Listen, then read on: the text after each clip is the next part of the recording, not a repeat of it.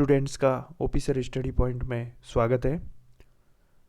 आज हम past simple tense अर्थात पास्ट इंडेफिनिट टेंस के बारे में पढ़ेंगे। इससे पूर्व के जो वीडियोस थे उसके अंतर्गत हमने प्रेजेंट टेंस के बारे में पढ़ा, प्रेजेंट सिंपल के बारे में, प्रेजेंट कंटिन्यूस के बारे में, प्रेजेंट परफेक्ट के बारे में और प्रेजेंट परफेक्ट कंटिन्यूस के बारे में। तो अगर आपने वो वीडियोस न देखे हो तो पहले आप उनको अच्छे तरीके से देखें, उसके बाद ये पास्ट टेंस का वीडियो देखें। तो आज से हम पास्ट टेंस को पढ़ेंगे और जिस प्रकार प्रेजेंट टेंस के अंदर 4 भाग होते हैं, सिंपल, कंटिन्यूअस, परफेक्ट और परफेक्ट कंटिन्यूअस, उसी प्रकार पास्ट टेंस के भी 4 भाग हैं, जिसका पहला भाग है प्रेजेंट सिंपल, जिसे हम प्रेजेंट इंडेफिनिट टेंस के नाम से भी जानते हैं। तो सबसे पहले हम जानेंगे कि इस टेंस की क्या पहचान होती है। तो हिंदी वाक्य जो होते हैं उनके अंत में यदि ता था, ती थी, ते थे या फिर या, ये अगर ये आ जाए तो हमें यह समझना है कि उसके अंतर्गत पास्ट सिंपल टेंस के रूल एप्लीकेबल होंगे। ठीक है, जैसे वह खेलता था, जंगल में शेर रहता था, राज्य में राजा शासन करता था, वह घर गया, उन्होंने कार्य किया। तो इस टाइप के जो सेंटेंस होते हैं वो प्रेजेंट सिंपल के अंतर्गत गिने जाते हैं।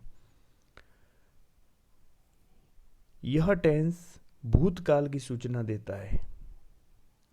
यह टेंस कार्य की पूर्ण समाप्ति का सूचक है, यानी कि इस टेंस के अंतर्गत जो वाक्य आते हैं वो हमें यह बताते हैं कि कार्य पूर्ण रूप से समाप्त हो गया है। इस टेंस का प्रयोग तब किया जाता है जब कार्य के साथ साथ समय भी समाप्त हो जाता है, जैसे वह कल जयपुर गया। अब इस वाक्य के अंदर हम देखेंगे तो यहाँ पर जो कार्य है वो है जयपुर जाने का और जो समय है वो है बीता हुआ कल। तो इस वाक्य के अंतर्गत जब जयपुर जाने का कार्य समाप्त हुआ, उसके साथ ही जो समय था यानी कि जो कल, वो भी समाप्त हो गया। तो इस टेंस का प्रयोग तब किया जाता है जब कार्य के साथ साथ समय भी समाप्त हो जाता है। यहाँ पर बड़ा कन्फ्यूजन देखने को मिलता है कि अक्सर बच्चे कंफ्यूज हो जाते हैं कि जो प्रेजेंट परफेक्ट टेंस है और पास्ट सिंपल टेंस है उसके अंतर्गत कई बार काफ़ी कंफ्यूज हो जाते हैं। पास्ट सिंपल के वाक्य को वो प्रेजेंट परफेक्ट का समझने लगते हैं या प्रेजेंट परफेक्ट के वाक्य को पास्ट सिंपल का समझने लगते हैं। तो यहाँ पर ये कन्फ्यूजन दूर करना बहुत ही आवश्यक है। तो यहाँ पर हमें ध्यान देना है। देखिए क्या अंतर है, ये उदाहरण के द्वारा हम समझ सकते हैं। ये 3 वाक्य आपके सामने हैं, इन 3 वाक्यों को ध्यानपूर्वक आप देखेंगे तो आपका ये जो कन्फ्यूज़न है वो दूर हो जाएगा। देखिए जैसे पहला वाक्य है, वह जोधपुर गया। ठीक है, ये पास्ट सिंपल का है। तो ध्यान दीजिए जहाँ पर लास्ट में या, ये आ जाए वो पास्ट सिंपल होता है, परंतु यदि पीछे या है, ई है, ये है, अगर ये आ जाए तो उसे हमें प्रेजेंट परफेक्ट समझना है। ठीक है, और यदि वाक्य के अंत में या, था, ई थी, ये थे, अगर ये आ जाए तो हमें पास्ट परफेक्ट समझना है। ठीक है, क्या समझना है? पास्ट परफेक्ट टेंस समझना है। तो यहाँ पर देखिए जैसे वह जयपुर गया, इसमें रहेगा पास्ट सिंपल टेंस। वह जयपुर गया है, तो अब यहाँ पर या है आ रहा है, इसलिए हो जाएगा प्रेजेंट परफेक्ट। वह जोधपुर, सॉरी जयपुर नहीं, जोधपुर, वह जोधपुर गया था। अब यहाँ पर या था आ रहा है, इसलिए पास्ट परफेक्ट टेंस है। ठीक है, तो इस प्रकार ध्यान दीजिएगा जहाँ पर लास्ट में खाली या आ जाए, जिसके पीछे ना तो है हो और ना ही था हो, केवल या, ई, ये, वहाँ पर पास्ट सिंपल समझना है। जहाँ पर अंत में या है, ये है, ये है, या हूँ, इस टाइप से आए वो प्रेजेंट परफेक्ट होता है। जहाँ पर अंत में या था, ये थी, ये थे इत्यादि आए उसे हम पास्ट परफेक्ट टेंस समझेंगे। तो यह अंतर काफ़ी इम्पोर्टेंट है और ये काफ़ी बड़ा कन्फ्यूजन है। आशा है कन्फ्यूजन दूर हुआ होगा और इसकी पहचान आपके दिमाग में क्लियर हुई होगी। अब पास्ट सिंपल टेंस को पढ़ते हैं। इसका सेंटेंस का पहला प्रकार एफर्मेटिव सेंटेंस या पॉजिटिव सेंटेंस, हिंदी में जिसे सकारात्मक वाक्य बोलते हैं। तो इसका क्या फॉर्मूला है देखिए, समझते हैं। सबसे पहले सब्जेक्ट का प्रयोग करेंगे और उसके बाद वर्ब की सेकंड फॉर्म का प्रयोग करना है, उसके बाद ऑब्जेक्ट का प्रयोग करना है।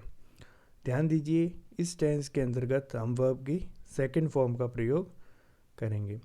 इन जो टोटल 12 टेंस होते हैं उनके अंदर एकमात्र यही एक ऐसा टेंस है जिसमें वर्ब की सेकंड फॉर्म का यूज़ होता है। इस बात को अच्छे से दिमाग में रखना है। और यह टेंस काफ़ी इम्पोर्टेंट है क्योंकि परीक्षा के अंदर स्टोरी लिखने की आती है उसके अंतर्गत ये टेंस स्टोरी बनाने में बहुत मददगार साबित होता है, क्योंकि इतनी सारी स्टोरीज बच्चे रट नहीं सकते, याद नहीं कर सकते।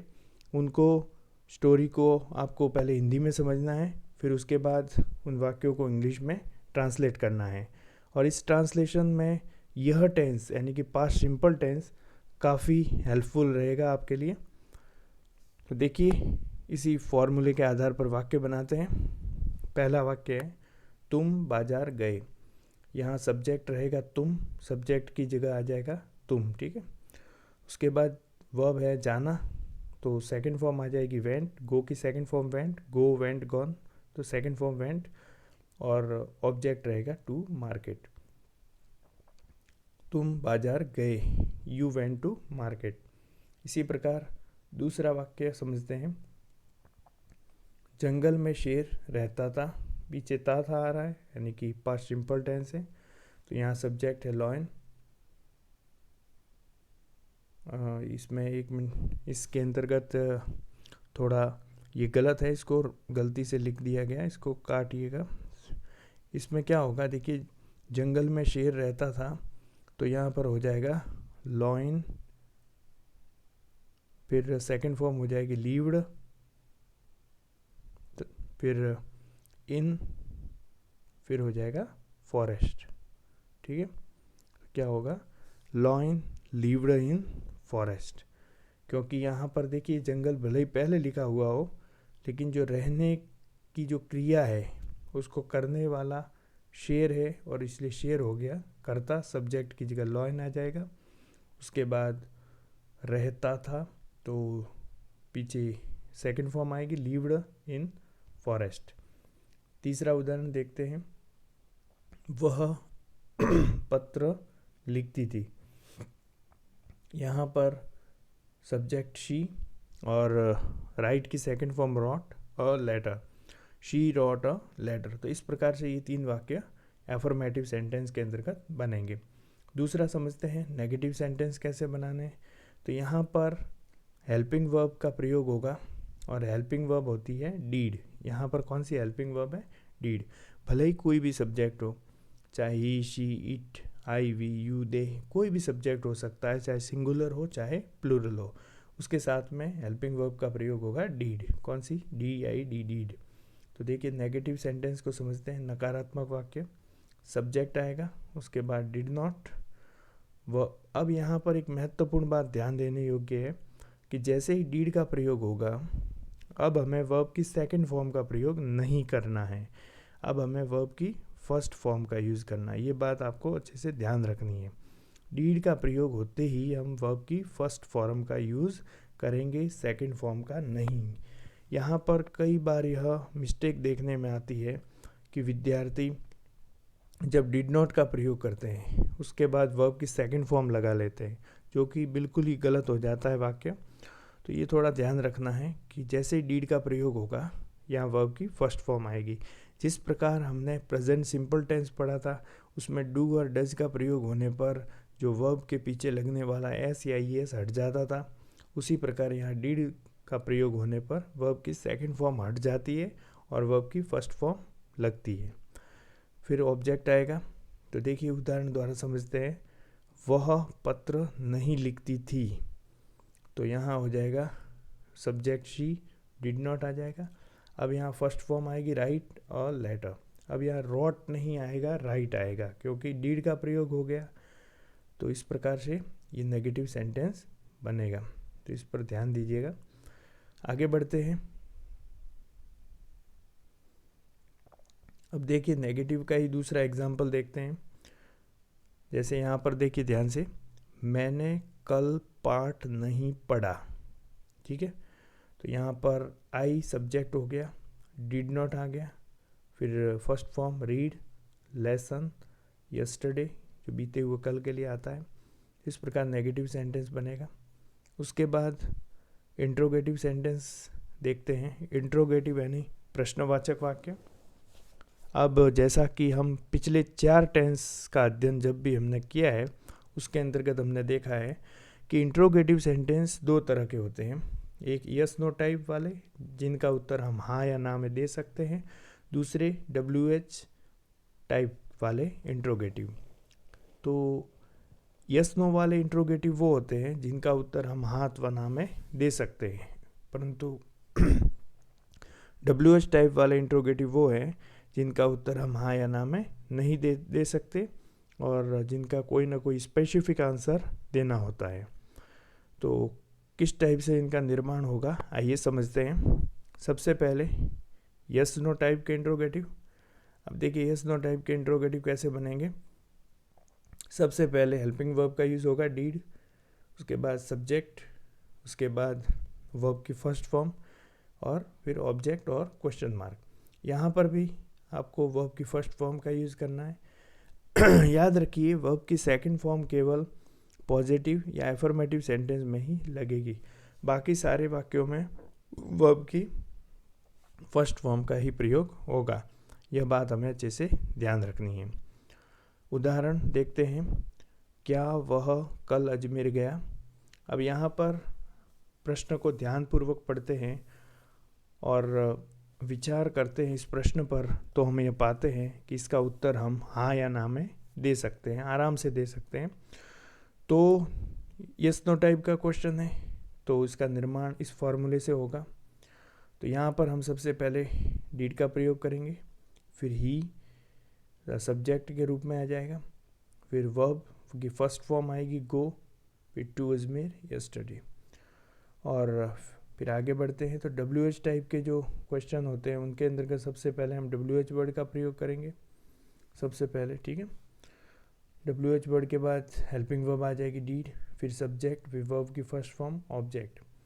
जैसे उदाहरण के लिए, वह पाठ कब पढ़ता था, वह पाठ कब पढ़ता था। तो अब यहाँ पर देखिए इसका उत्तर हाँ अथवा ना में दिया जाना संभव नहीं है, तो यहाँ पर WH वर्ड का प्रयोग होगा। अब WH वर्ड कौन सा है, कब, कब के लिए आएगा व्हेन, ठीक है, व्हेन का प्रयोग होगा। फिर हेल्पिंग वर्ब डीड, फिर सब्जेक्ट ही, फिर फर्स्ट फॉर्म रीड और लेसन।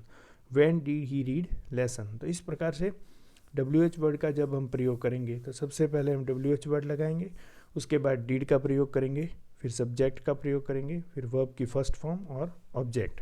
परंतु यहाँ पर एक बात ध्यान देने योग्य है, वो क्या है कि जो हु है, हु यानी कौन या किसने, हु से शुरू होने वाले जो क्वेश्चन है उनमें हमें थोड़ा ध्यान देना है कि बाकी WH वर्ड वाले जो क्वेश्चन है उनमें और हु में थोड़ा सा अंतर है। और वह अंतर क्या है, बाकी जो WH वर्ड वाले हैं क्वेश्चन हैं उन WH के बाद में हेल्पिंग वर्ब डीड का प्रयोग होता है, परंतु हु के अंतर्गत जब हम इंट्रोगेटिव सेंटेंस बनाएंगे तो डीड का प्रयोग नहीं होगा, बल्कि हु सबसे पहले आएगा, उसके बाद वर्ब की सेकंड फॉर्म आएगी, फिर ऑब्जेक्ट आएगा। जैसे वो कौन पत्र लिखता था, ठीक है। तो इसका देखिए हु उसके बाद डिड नहीं आएगा, हु सीधे राइट की second form wrote, who wrote letter. तो ये ध्यान रखना है, यह थोड़ा सा अंतर है और इस बात पर आपको विशेष रूप से ध्यान देना है। उसके बाद देखिए एक बात और ध्यान देने योग्य है कि जो नेगेटिव इंट्रोगेटिव सेंटेंस फिर आगे बनेगा, जिसकी चर्चा हम नेक्स्ट वीडियो में करेंगे, उसके अंतर्गत हु के साथ डिड का प्रयोग होगा, ठीक है। फिर वहाँ पर डिड का प्रयोग होगा, लेकिन इंट्रोगेटिव सेंटेंस के अंतर्गत हु के साथ डिड का प्रयोग नहीं होता, वरन वर्ब की सेकंड फॉर्म का यूज़ होता है। तो इस बात को अच्छे से हमें समझना है। तो आशा करता हूँ पास्ट सिंपल टेंस का यह वीडियो आपके लिए हेल्पफुल साबित होगा, एग्ज़ाम के पॉइंट ऑफ व्यू से काफ़ी मददगार साबित होगा। और यदि आपको यह वीडियो हेल्पफुल लगे तो प्लीज़ इस चैनल को सब्सक्राइब करें और बेल आइकन को दबाएं और वीडियो को लाइक करें और अपने दोस्तों के साथ अधिक से अधिक शेयर करें। मिलते हैं नेक्स्ट वीडियो में। धन्यवाद।